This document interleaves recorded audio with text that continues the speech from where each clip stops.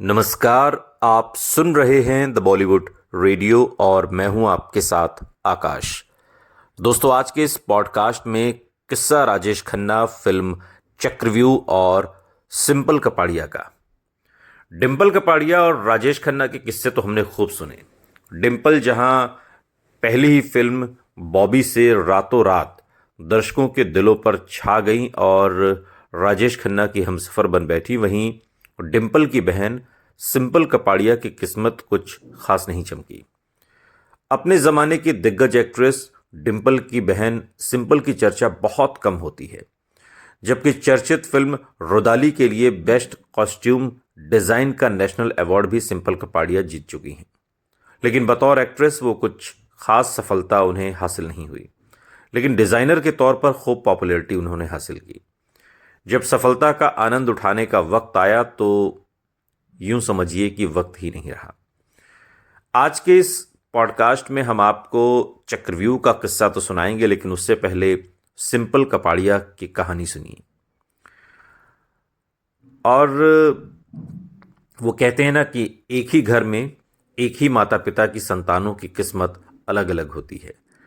Film industry में ही देख लीजिए, कई बहनों की जोड़ी ने बॉलीवुड में कदम रखा, लेकिन एक बहन आसमान की बुलंदियों पर पहुंच जाती है और दूसरी अपनी जमीन तलाशती रह जाती है। और ऐसी ही बहनों की जोड़ी डिंपल कपाड़िया और सिंपल कपाड़िया की भी थी। सिंपल भी अपनी बहन की तरह ही बला की खूबसूरत थी। सिंपल ने तब मात्र 18 साल की उम्र में फिल्मी दुनिया में कदम रख दिया था।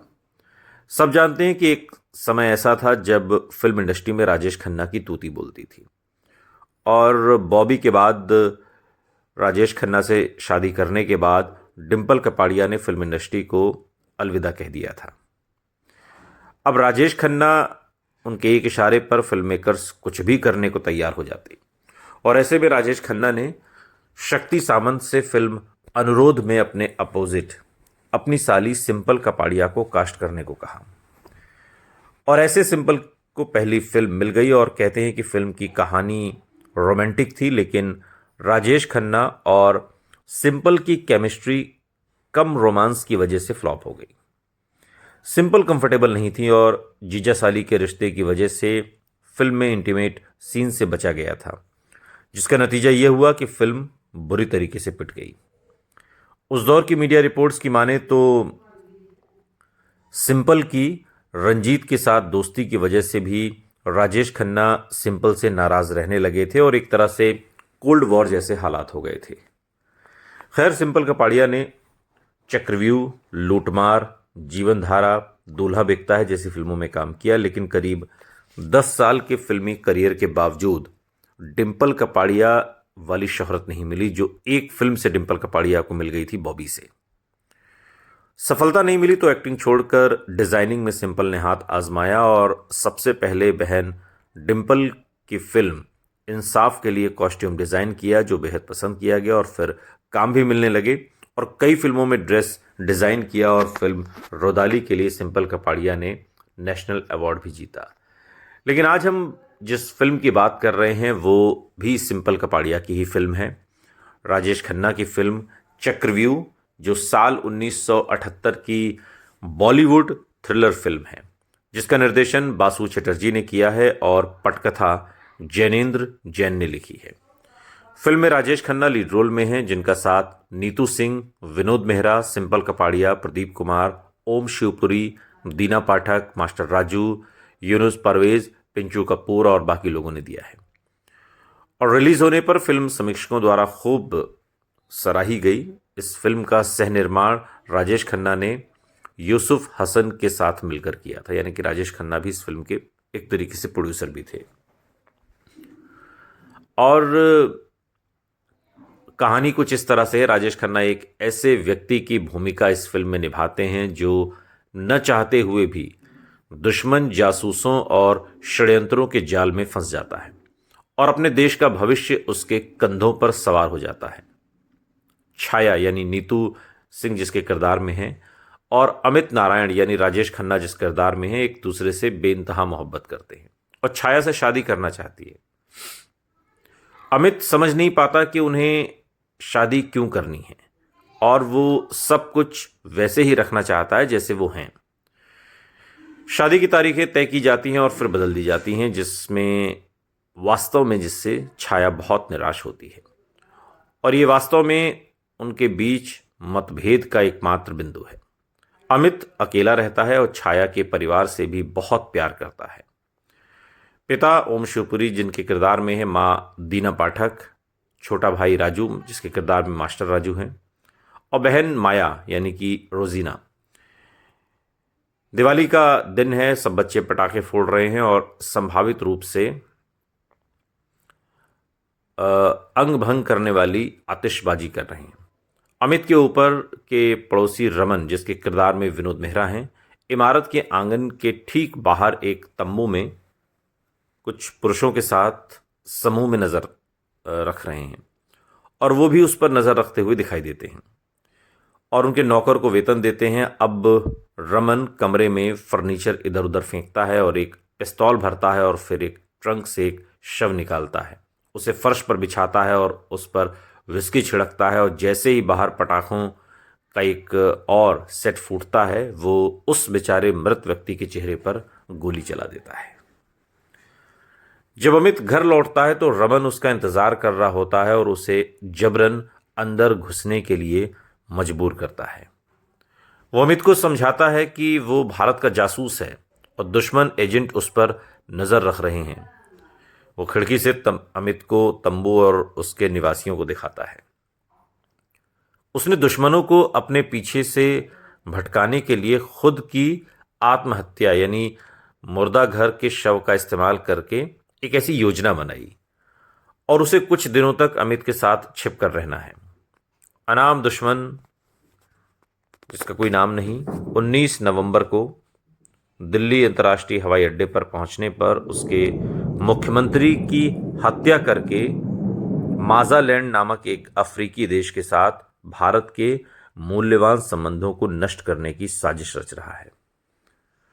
रमन तब तक इंतजार करना चाहता है जब तक उसके दुश्मन उसकी आत्महत्या के बारे में नहीं सुन लेते और हत्या को रोकने के लिए खुद दिल्ली जाने से पहले चले जाते हैं। वो अपनी दाढ़ी मुंडवा लेता है और खुद को छिपाने के लिए मोटा काला चश्मा पहन लेता है और अमित अनिच्छा से उसे कुछ दिनों के लिए रहने देने के लिए सहमत हो जाता है। दुश्मन एजेंट रमन की आत्महत्या की सनसनीखेज खबर से विचलित नहीं होते और खुद वहीं रुक जाते हैं। अगले दिन रमन अपनी घड़ी का पिछला हिस्सा खोलता है। घड़ी के पीछे एक छोटी सी लाल नोटबुक छिपी हुई है। वो इसे खोलता है और लिखना शुरू करता है। इस बीच अमित छाया और उसके परिवार से फिर से शादी के विवरण के बारे में बात करने के लिए जाता है। अमित छाया के परिवार के साथ कमरे में बातचीत करता है। छाया का परिवार एक करीबी और गर्मजोशी से भरा हुआ परिवार है, लेकिन जब वो घर लौटता है तो उसे झटका लगता है। रमन की हत्या कर दी गई है और अमित का लिविंग रूम उलट पुलट हो गया है और बाहर टेंट में मौजूद लोग भी गायब हो गए हैं। अमित सोचता है कि आगे क्या करना है। उसे पुलिस को बुलाने के लिए हत्या के आरोप में गिरफ्तार होने का सपना भी आता है। फिर वो अपने कमरे में घूमता है और फिर एक कप चाय बनाता है। चीनी के जार में रमन द्वारा छिपाई गई एक लाल नोटबुक है। रमन ने गिरोह, जिसे वो केवल ZPR और M के नाम से जानता है, और माज़ालैंड के मुख्यमंत्री को मारने की उसकी योजना के बारे में कुछ सुराग इसमें लिखे हुए हैं। वो अमित से उन्हें खुद रोकने के लिए विनती करता है, नोटबुक को अपने साथ दिल्ली ले जाए और वहां पुलिस को सौंप दे। हालांकि कुछ देर के बाद बाहर, चूंकि घना अंधेरा था, अमित खिड़की से बाहर देखता है और सूरज चमक रहा है जबकि दूध वाला अपनी साइकिल पर आ रहा है। अमित बहुत ही कुशलता से एक तौलिए के नीचे अपने कपड़े उतारता है और दूध वाले को अपने धोती कुर्ते के पैसे देता है, जिसे वो कुछ हद तक अनिच्छा से छोड़ देता है। और इस तरह अमित के कपड़े बदलने की अंतहीन यात्रा शुरू होती है। बेचारा दूध वाला अमित के लिविंग रूम में भयावह दृश्य देखता है और पुलिस को बुलाता है। पुलिस स्वाभाविक रूप से मान लेती है कि अमित ही अपराधी है और उसकी गिरफ्तारी के लिए एक ऑल पॉइंट बुलेटिन जारी करती है। कहानी का बाकी हिस्सा सस्पेंस से भरा हुआ है।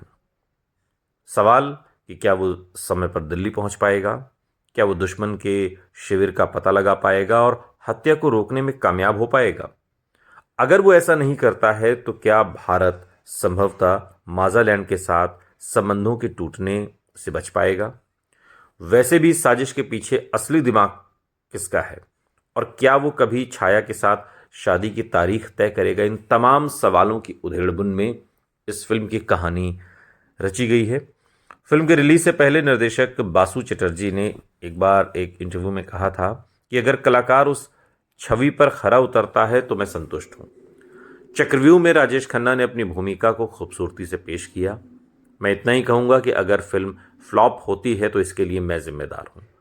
राजेश खन्ना ने बहुत अच्छा अभिनय किया है। वो मुझे 1 घंटे के भीतर वो प्रदर्शन दे देते हैं जो मैं चाहता हूं, जबकि दूसरे अभिनेताओं को आमतौर पर वैसा प्रदर्शन देने में लगभग 8 घंटे लगते हैं जैसा मैं चाहता हूं। राजेश खन्ना ने 1 घंटे में इतना काम कर दिया जितना बाकी के साथ 8 घंटे में होता है। ये बातें निर्देशक बासु चटर्जी ने एक इंटरव्यू में सालों बाद कही थी। और इस फिल्म के सभी गीत चूंकि आनंद बख्शी ने लिखे थे और किशोर कुमार, आशा भोसले का गाया गीत शादी करने से प्यार, और मोहम्मद रफ़ी ने भी गीत गाया है चल चल आगे निकल, और तेरे पीछे भागे तेरा साया करके एक गीत है। इसके अलावा मोहम्मद रफ़ी का गायक और इसमें जो गाने हैं वो किशोर कुमार, मोहम्मद रफ़ी और आशा भोसले ने ही गाए हैं। और राजेश खन्ना इसमें अमित नारायण की भूमिका में है, छाया के किरदार में नीतू सिंह हैं, रमन के किरदार में विनोद मेहरा, नंदिता के किरदार में सिंपल कपाड़िया हैं, ठाकुर के किरदार में प्रदीप कुमार, पिंचू कपूर इसमें पिंटो गैराज मालिक के किरदार में हैं, और सिकंदर के किरदार में यूनुस परवेज़ हैं। छाया के पिता के रूप में ओम शिवपुरी हैं, एक हंगल भी इसमें हैं। मुराद इसमें पुलिस अधीक्षक महानिरीक्षक के रूप में हैं। दीना पाठक हैं। राजू श्रेष्ठ इसमें मास्टर राजू जो भाई के रूप में हैं। और इस तरीके से ये पूरी फिल्म है जो राजेश खन्ना और सिंपल कपाड़िया को लेकर भी इसकी पब्लिसिटी की गई थी, लेकिन फिल्म बॉक्स ऑफिस पर उस तरीके का जलवा बिखेर नहीं पाई जिस तरीके की उम्मीद थी, और फिल्म एक तरीके से फ्लॉप हो गई। सुनते रहिए द बॉलीवुड रेडियो, सुनता है सारा इंडिया।